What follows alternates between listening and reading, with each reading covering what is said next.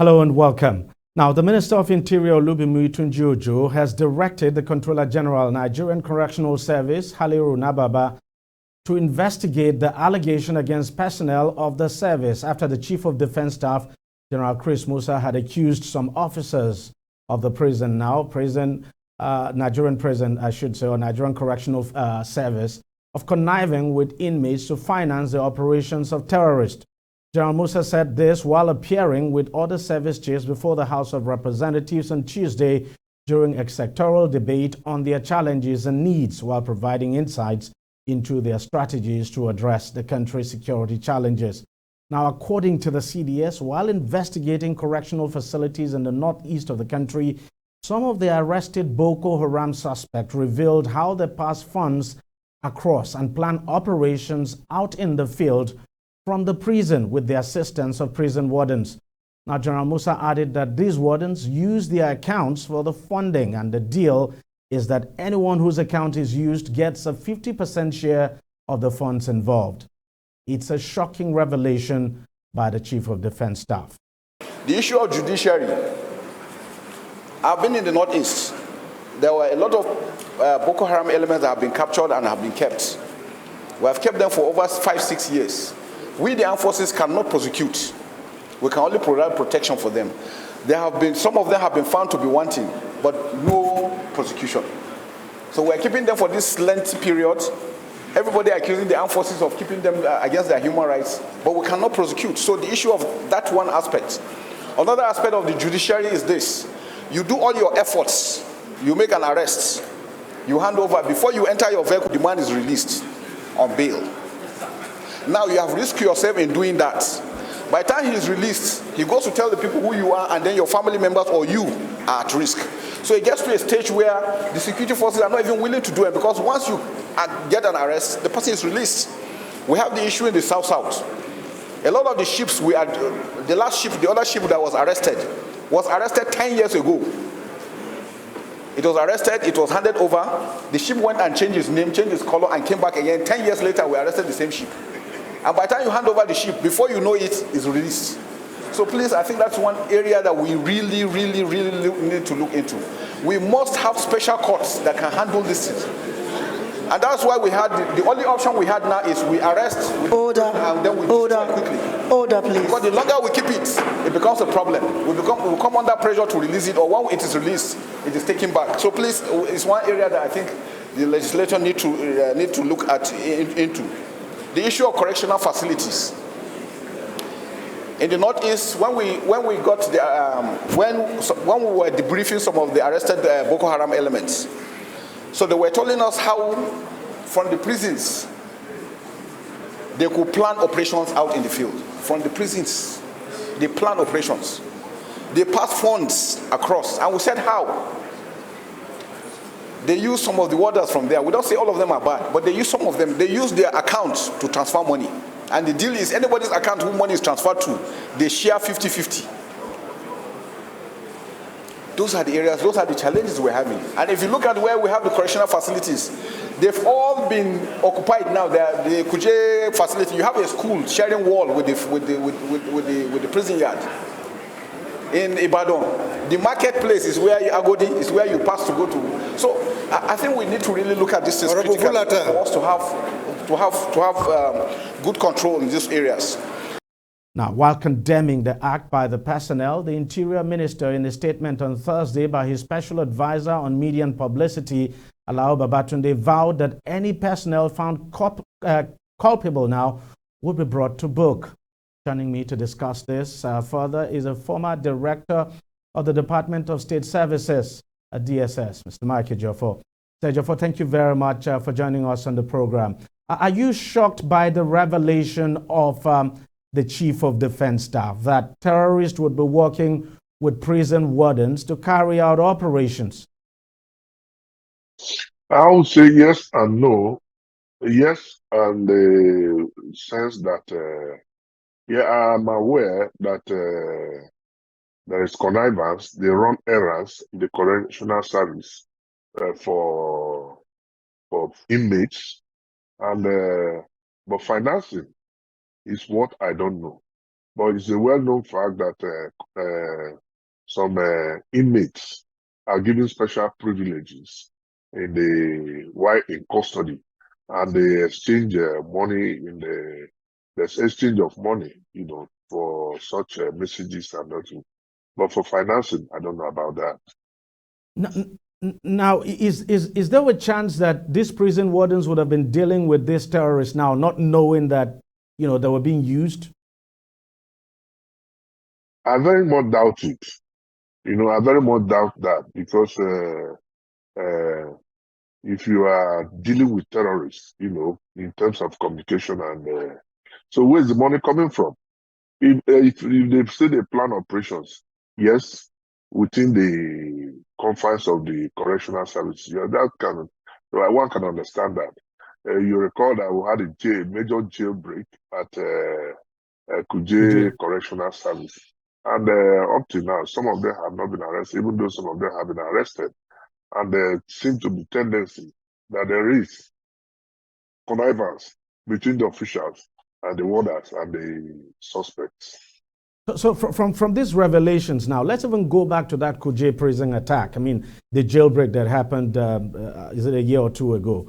Could we, from this revelation, say there is a chance that there might have been some connivance on the part of prison officials that actually led to that jailbreak? Of course, and I think investigation must have released. I'm sure the chief of defense staff, or even though I've not met you, I think he's somebody who is frank and, bold in stating things the way they are.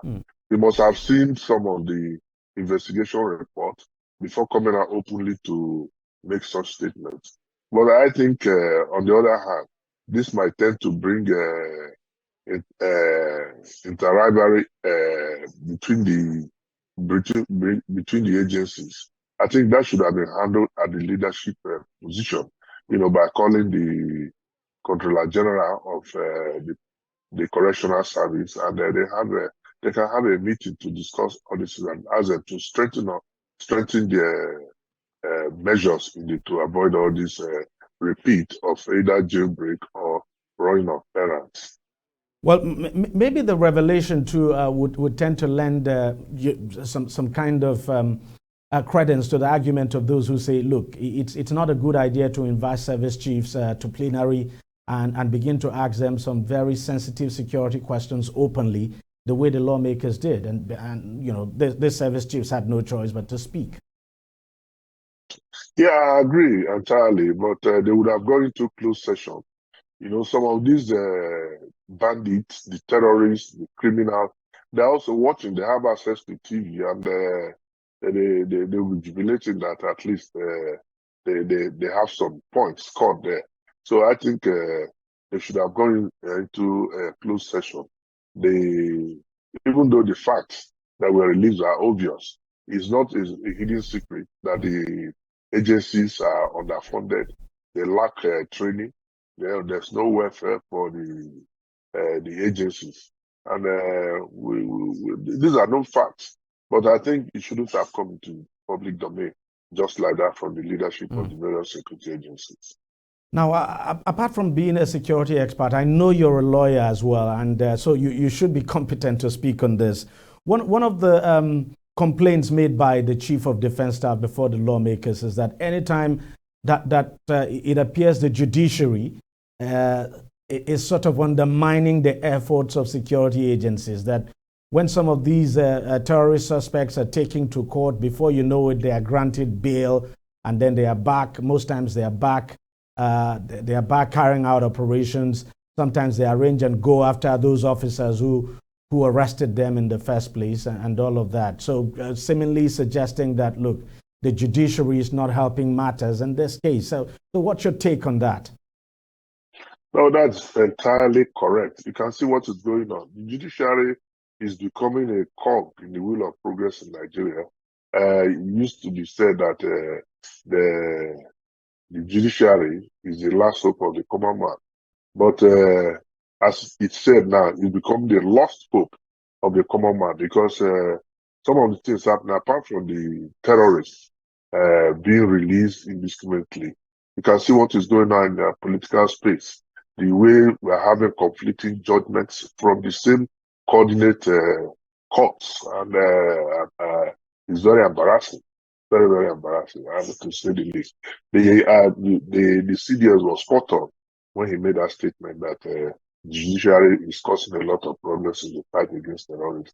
Could it be that maybe a special court should be set up to try some of these cases, and that, you know, for some of these cases, our ordinary courts may just not be capable of handling them? What do you think? Yeah, I entirely support such such move, so that it will not only have speedy trial of such offences, but the matters will be handled expeditiously. So setting up such a court would be encouraged. And finally, let me ask you this: How dangerous is it what does it mean for the morale of troops, for instance, if after making arrest and the suspects are taken to court and suddenly they are granted bail? I'm just wondering, what does that mean for the morale of troops? Because the CDS made it clear that it could undermine. And don't forget that their lives are on the line. These are people who have parents, who have dependents, and some of them are killed in the process. You recall during one of these occasions when the terrorist suspects were released, they came back to attack Ali Dume's relations. So it's very dangerous, and I think the government has to look into it and see how this matter can be resolved. Michael Jofo, thank you very much for coming on the program, and thank you for your time. Thank you for having me. Thank you so very much. I will take a short break and we'll be right back. Stay with us, don't go away. Opinions are free, facts are sacred, but truth is universal. How, in practical terms, can we, for instance, de-escalate the tension? President must see himself as the President of the Federal Republic. We know where the enemy is. 3 places. The Lake Chad Basin, the border area between Nigeria and Cameroon, and then the Sambisa Forest. On DEJI360, we give you a complete dose of everything. Opinion, facts, and undiluted truth. I hardly believe what politicians are saying in this part of the world. A new Nigeria is possible, a future is possible. We delve into the issues, dissect it so that you can understand it, use it to take action. I don't think there's any need for any governor to look for grant for ranching. DEJI360, dissecting the issues.